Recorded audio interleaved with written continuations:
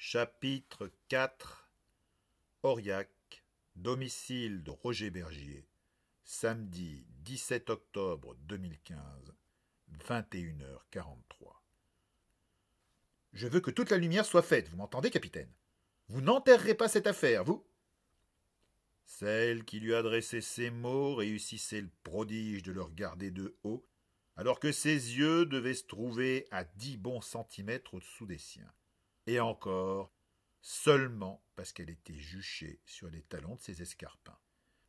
Une pénible de premier ordre comme rarement il en avait rencontré, pugnace et belliqueuse en diable, le genre à avoir toujours raison, réponse à tout, un caractère effroyable, une mauvaise foi à toute épreuve, et le tempérament autoritaire d'un sergent instructeur, bref, une emmerdeuse en chef. Mais une belle emmerdeuse, fallait le reconnaître.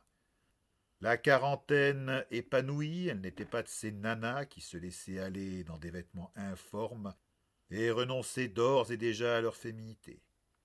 Non, chez celle-là, au contraire, on devinait, sous la rigueur apparente, une sensualité à fleur de peau, un appétit pour les choses de la vie, comme on disait. Il suffisait de la regarder dans son jean push-up qui sculptait admirablement les parties les plus charnues de son anatomie, que cambrait si bien ses talons de 9 centimètres, son court blouson en cuir noir, pour en être convaincu. Petite, sans talons, elle ne devait pas mesurer plus d'1,55 m à vue de nez. Elle avait, comme disait sa grand-mère en parlant d'une belle fille, juste ce qu'il fallait où il fallait. Taille fine, hanches assez généreuses sans être lourdes, jambes fermes et musclées aux galbes bien dessinées. Une vraie petite bombe, avait dit Albert avec sa délicatesse coutumière. Elle avait des cheveux au burn aux reflets roux, présentement attachés en une couette qui lui conférait des allures d'écureuil, mais un écureuil particulièrement énervé, et un joli visage qu'un rien d'oriental rendait plus attrayant encore. Même les petites rides qui plissaient au coin de ses yeux ou de ses lèvres ne parvenaient pas à égratigner sa beauté. Une belle femme, en vérité, se disait Malo en la regardant, alors qu'elle lui brandissait un doigt sous le nez et le vrillait de ses yeux en tête d'épingle. Une belle athlète pour le plaisir, pas de mal à ça, aurait dit Céline, son écrivain favori, avec son sens de la formule.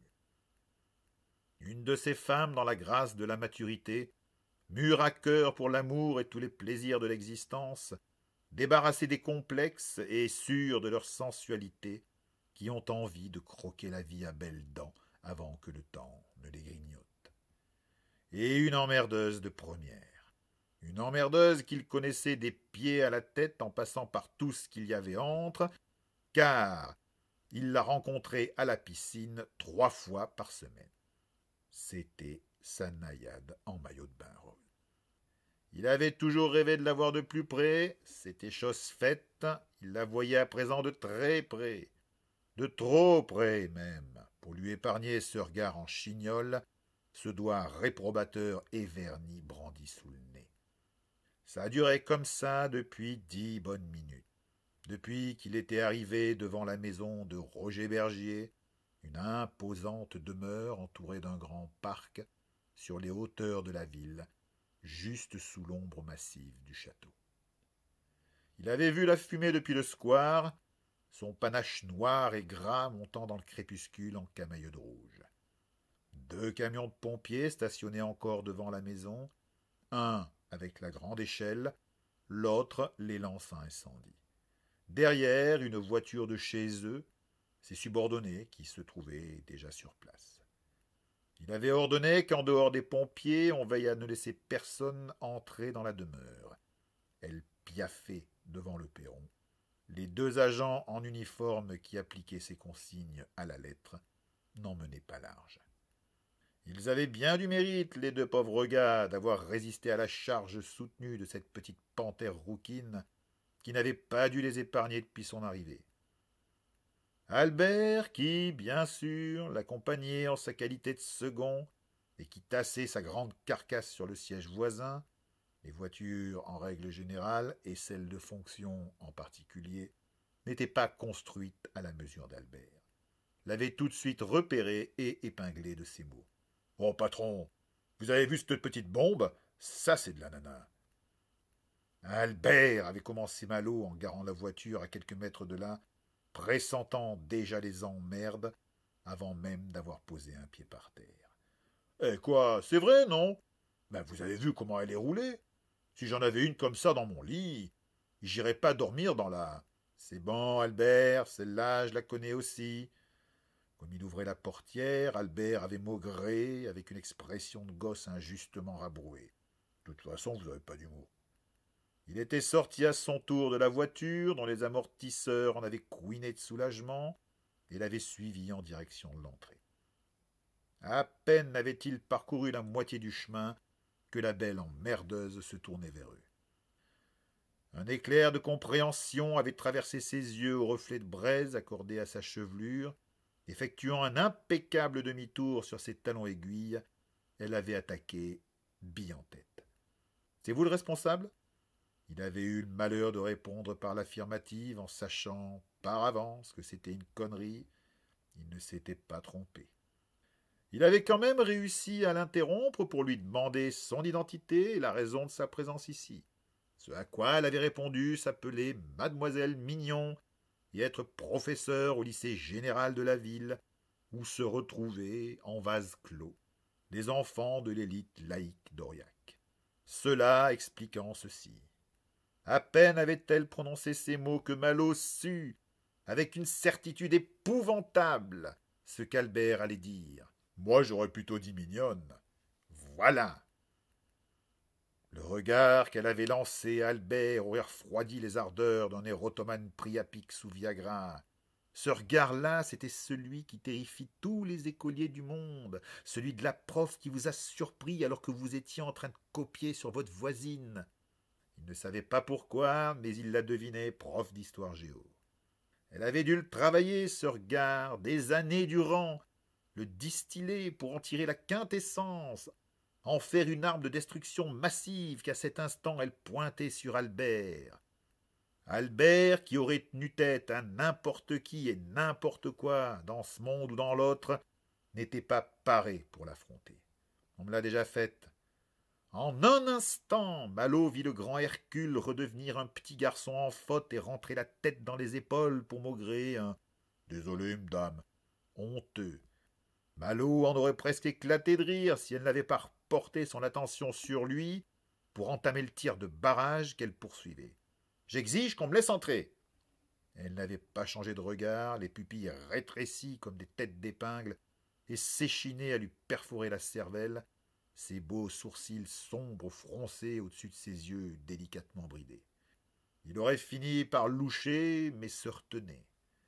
Il avait beau être d'un naturel tranquille et pas querelleur pour 2 sous, détester la chicane et manquer de respect à une femme, aussi chiante soit-elle, il fallait avouer que celle-là plaçait la barre très haut. Il leva une main pour faire cesser le flot de paroles, voyant qu'elle continuait comme si elle n'avait rien remarqué, ce qui était peut-être le cas. Une fois lancée, elle paraissait capable de durer des heures sans se lasser. Il la coupa. « Oh, oh, oh !» Comme elle se taisait enfin pour le couver d'un regard qu'au minimum on aurait pu qualifier de furibard, et qui en disait bien plus à lui seul que tous les mots qu'elle aurait pu prononcer. Il exigea. « Ça suffit, madame, mademoiselle. » Avec cette réforme, on ne savait plus lequel employer. Était-ce l'ombre d'un sourire qu'il devina au coin des lèvres pleines et charnues de l'enseignante? Il n'aurait pu en être sûr, mais ce fut comme une embellie entre 2 orages, fugace et délicieuse à la fois. Officiellement, on doit dire madame, mais je préfère mademoiselle. Doit être vieux jeu. Le sourire avait disparu aussi vite qu'il était arrivé. Elle le fixait à nouveau avec cette expression de prof très mécontente de son élève.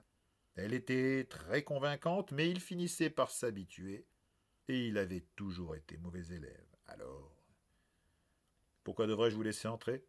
Vous êtes de sa famille? Sa fille? Son épouse? Elle laissa échapper un rire sarcastique et sonore, un rien forcé. Sa fille? Dieu m'en préserve! Elle reprit son sérieux pour ajouter. Non, juste une amie.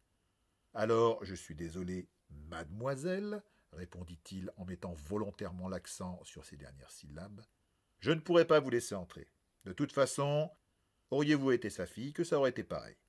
Mais, entama-t-elle, visiblement déterminée à ne pas lâcher le morceau. Tant que nous ne savons pas exactement ce qui s'est passé là-dedans, c'est à moi et à mes hommes seulement d'accéder au lieu de l'accident et à la victime. La victime murmura-t-elle d'une voix enrouée, comme si elle comprenait soudain les implications de ce qui l'entourait. Son assurance se fissura. Malo entrevit, sous le masque de la femme forte, libérée et indépendante qu'elle se donnait à être, une autre personne, plus fragile, plus authentique peut-être, qui le toucha dans sa détresse. Oui, enfin, monsieur Bergier, je veux dire, reprit-il d'un ton bourru. Écoutez, mademoiselle. Cette fois, il n'avait mis aucune connotation ironique sur le mot. Je vais devoir y aller. Il faut que je sache ce qui s'est passé là-dedans. Comme elle le fixait avec un regard un peu perdu, il tendit une main vers son épaule. La réaction fut immédiate. Ne me touchez pas. Il releva la main et écarta les doigts pour lui présenter sa paume ouverte. Elle lui jetait un regard furieux. Ça va, j'ai compris. Il désigna Albert et ajouta d'une voix apaisante. Vous allez rester avec mon subordonné. Se tournant vers le colosse, qui le dévisageait avec l'expression de celui à qui on vient de refiler une patate particulièrement chaude, il ordonna avec une certaine jubilation. Albert, vous allez vous occuper de la dame, enfin, je veux dire, de la demoiselle. Il eut la satisfaction de voir le visage de son collègue se décomposer, quand les yeux de l'enseignante se posèrent sur lui. Albert, le grand Albert, qui distribuait des torgnoles à foudroyer un ours, l'Attila des terrains de rugby de tout le département, paraissait, sous le regard de ce petit bout de femme à qui il devait bien prendre 4 têtes, se ratatiner de seconde en seconde. Rien que pour ça, Malo n'avait pas raté sa journée. Ce fut en se retenant de sourire qu'il se dirigea vers l'entrée. Bien joué, Malo, se félicita-t-il intérieurement à la pensée de s'être débarrassé d'un seul coup de 2 calamités potentielles. Arrivant devant la demeure, il adressa un petit mot aux 2 auxiliaires qui le laissèrent passer et entra. Il y avait un grand couloir qui s'enfonçait jusqu'à l'autre extrémité de la maison. Au fond s'ouvrait une fenêtre donnant sur la cité. La journée, la vue devait y être belle. Le soleil se levait en face le matin et inondait la vallée de ses rayons. Un des meilleurs emplacements de la ville. Il suffisait, pour s'en convaincre, de regarder les bâtiments du quartier et les plaques qui ornaient chacun des portails. À part une bâtisse ou 2, vieillottes et défraîchies, que devaient guetter avec avidité les promoteurs du coin, la rue ne donnait pas dans le prolétaire. Sur sa droite, un escalier massif qui prenait à lui seul la place d'une pièce entière, tout de bois roux, menait à l'étage. La demeure, imposante, n'était pas des plus modernes. Elle avait même, avec ses grandes fenêtres curieuses en arc de cercle, des allures de manoir hanté, un peu comme dans ce vieux film d'horreur des années 1980, Amityville. Mais c'était indiscutablement une belle bâtisse. On devinait à l'ameublement que le propriétaire, pour avoir des goûts vieillots, ou se foutre comme d'une guigne des dernières modes en matière de déco, avait les moyens. En témoignaient les bibelots qui ornaient chaque meuble de différentes époques ou provenances, avec une prédilection pour les objets anciens ou exotiques qui, tous, Malo en aurait mis sa main au feu, étaient authentiques et auraient certainement trouvé leur place dans un musée. L'odeur de fumée prenait à la gorge. Malo n'hésita pas une seconde sur la direction à emprunter. Il suffisait de suivre les tuyaux qui serpentaient sur le parquet du couloir, monter les escaliers et disparaissait à l'étage. Il entreprit de gravir les marches en laissant son regard s'attarder sur tout ce qui l'entourait, relevant mentalement chaque détail. Il y reviendrait plus tard. Alors que l'odeur de fumée devenait plus forte encore, plus déplaisante, il manqua entrer en collision avec un pompier en uniforme qui, visière relevée, descendait l'escalier. Il était jeune et n'avait pas l'air dans son assiette. Pour tout dire, on avait l'impression qu'il allait vomir d'une seconde à l'autre. En le découvrant, il se recomposa une attitude pour déclarer, d'une voix qu'il aurait certainement voulu plus assurée. « Monsieur, vous n'avez pas le droit d'être là. c'est dangereux et... Malo leva bien haut sa carte de police devant le nez du gamin en combinaison jaune. Capitaine Malo Sinclair, c'est moi qui prends le relais. Le jeune pompier eut l'air soulagé. Tant mieux. Il ajouta aussitôt en guise d'excuse. Mon chef est là-haut. Vous n'avez qu'à suivre les tuyaux. Désolé si je vous accompagne pas, mais... Il ne termina pas sa phrase.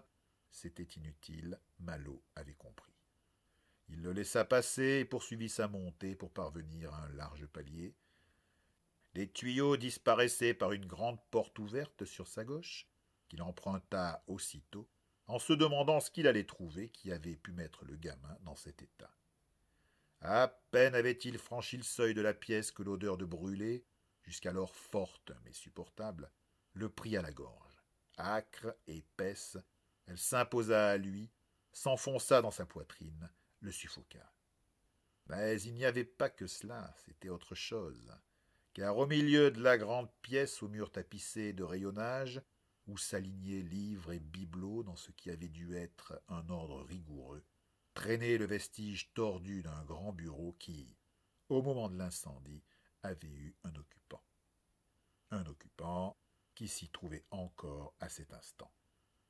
C'était ça qu'il avait senti en franchissant le seuil, cette nuance en rien plus lourde, plus écœurante, plus carnée, qui venait s'ajouter à celle du papier, du bois ou du plastique brûlé.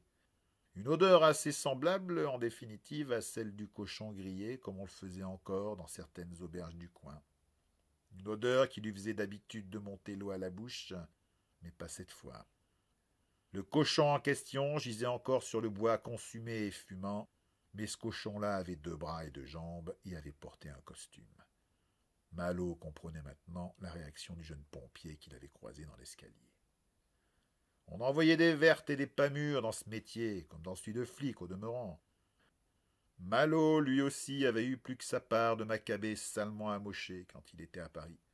Il se rappelait ses débuts, cette prostituée qu'un maniaque avait pris soin d'opérer à sa manière. Était-ce parce que c'était la première? Il en faisait encore des cauchemars parfois. Celui-là, ce n'était pas le même genre, mais un beau barbecue malgré tout.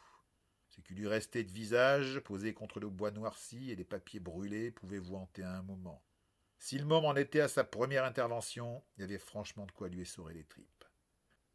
Malo avait à peine eu le temps de faire des yeux le tour de la grande pièce, qui se composait de 2 parties, la première, où il se trouvait, carrée, et la seconde, celle où trônait le bureau, circulaire, qu'un colosse en équipement anti-feu s'approchait de lui. « Salut Malo, ça va ?»